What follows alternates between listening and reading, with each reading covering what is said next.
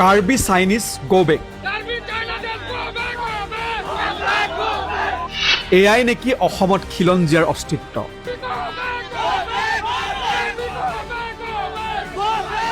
কাৰ্বি ভূমিৰ পৰাই খিলঞ্জীয়া কাৰ্বিসকলৰ বিৰুদ্ধে এইসকল অনা অসমীয়া লোকৰ আপত্তিজনক শ্লোগান। মুঠতে এফালৰ পৰা চেপি খুন্দি আহিছে অসমীয়া জাতিক। এফালে যদি মিয়াৰ আগ্ৰাসন, আনফালে বহিৰাগতৰ আগ্ৰাসন। সততে জাতি মাটি ভেটিৰ কথা চিন্তা কৰা চৰকাৰৰ স্থিতিক লৈও এতিয়া ক্ষোভ। এতিয়া অসমৰ সমস্যা হয়, কাৰ্বিসকলৰ সমস্যা হৈ পৰে, কিন্তু যেতিয়া কাৰ্বিসকলৰ সমস্যা হৈ পৰে কিন্তু অসমৰ সমস্যা নহয়। সেইকাৰণে আমি সুধিব বিচাৰিছো, কাৰ্বিসকলৰ চকু পানী, কাৰ্বিসকলৰ তেজ, কাৰ্বিসকলৰ প্ৰাণ কি অসমীয়াৰ প্ৰাণ নহয়? অসমীয়াৰ তেজ নহয়? অসমীয়াৰ চকু পানী নহয়? যদিহে নহয় আমাক পৃথক কৰি দিয়ক, আমাক স্বায়ত্তশাসন দিয়ক। মুঠতে এতিয়া অশান্ত কাৰ্বি আংলং। কিন্তু জনতাৰ এই খং ক্ষোভ আজিৰ নহয়। প্ৰায় ১.৫ বছৰমানৰ পূৰ্বৰে পৰাই আৰম্ভ হৈছিল কাৰ্বি আংলঙত অনা কাৰ্বি লোকৰ আগ্ৰাসনৰ বিৰুদ্ধে প্ৰতিবাদ।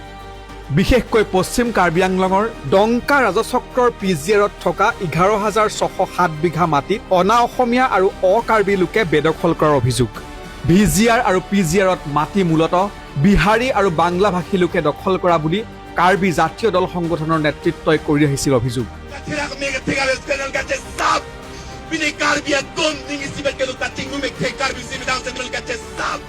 অবৈধ দখলকাৰীক উচ্ছেদ কৰিবলৈও জনাই আহিছিল দাবী। পৰৱৰ্তী সময়ত কিছু লোকলৈ উচ্ছেদৰ জাননী জাৰি কৰা হৈছিল যদিও সেই প্ৰক্ৰিয়া আজিও হৈ নুঠিল।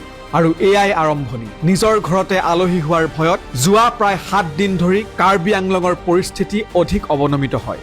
একাংশই প্ৰতিবাদৰ নামত আৰম্ভ কৰে হিংসাত্মক কাৰ্যৱলী, জ্বলাই দিয়ে ঘৰ দুৱাৰ দোকান পোহাৰ। একাংশ প্ৰতিবাদকাৰীয়ে আনকি আকস্মিকভাৱে কাৰ্বি আংলং স্বায়ত্তশাসিত পৰিষদৰ মুখ্য কাৰ্যবাহী সদস্য তুলিৰাম ৰংহাঙৰ ডুংকা মোকামত থকা বাসগৃহতো অগ্নিসংযোগ কৰে।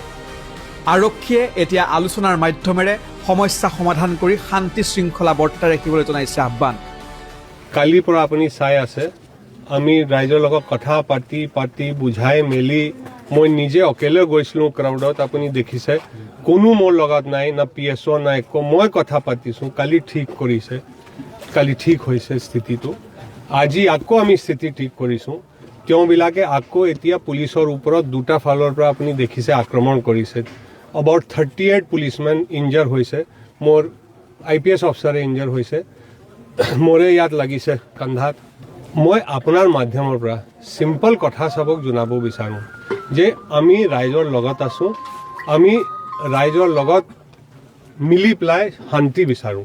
কিন্তু এই ঘটনাই এতিয়া উদূৰ ভৱিষ্যতে অসমীয়া জাতিৰ দুৰ্দশাৰ দিশটোক পুনৰ উন্মোচন কৰিছে। ৰাইজৰ প্ৰশ্ন, কেৱল হিন্দু হোৱাৰ নামতে ট্ৰাইবেল বেল্ট ব্লকত অনা অসমীয়াৰ আগ্ৰাসন মানি ল'ব পাৰিনে? চৰকাৰে লওক কঠোৰ ব্যৱস্থা। News desk, NZ news.